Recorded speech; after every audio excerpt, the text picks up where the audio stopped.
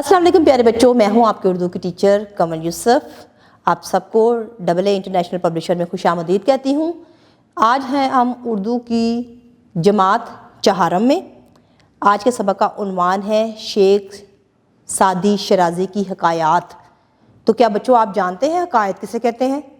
जी, हकायत एक कहानी को कहते हैं।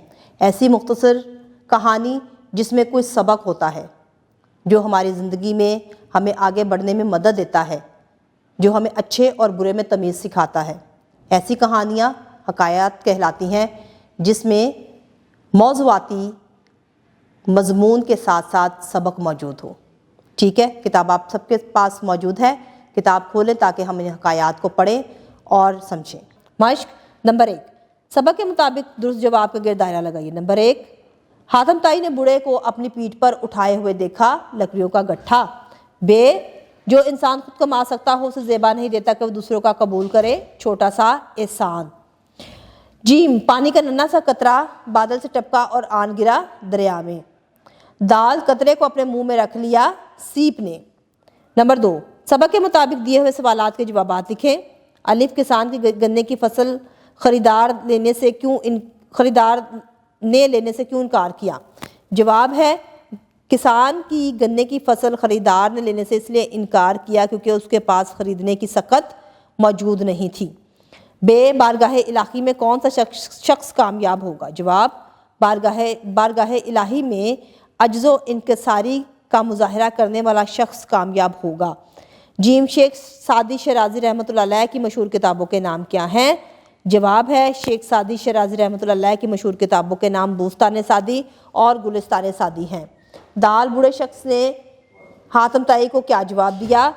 जवाब, बूढ़े शख्स ने हातम ताई को जवाब दिया, जो खुद कमा सकता हो वो किसी का मोहताज क्यों हो।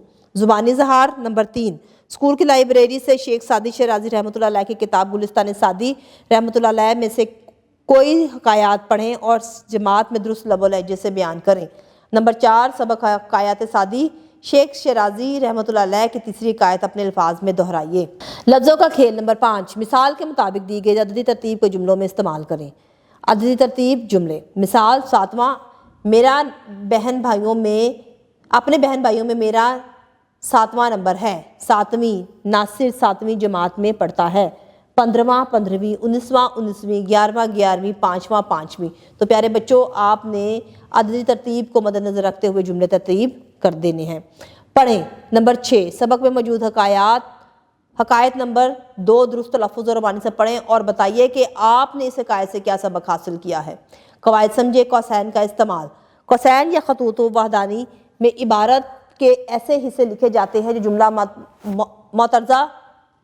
जुमला मोतरज़ा के तौर पर आते हैं और इनका बाकी जुमले से कोई ताल्लुक़ नहीं होता। मसलन, रज़ा भाई, हमारे पड़ोसी को कारोबार में काफ़ी नुकसान हुआ है। नंबर 7, दिए गए जुमले पढ़ें और मुनासिब जगह पर कौसैन का इस्तेमाल करें।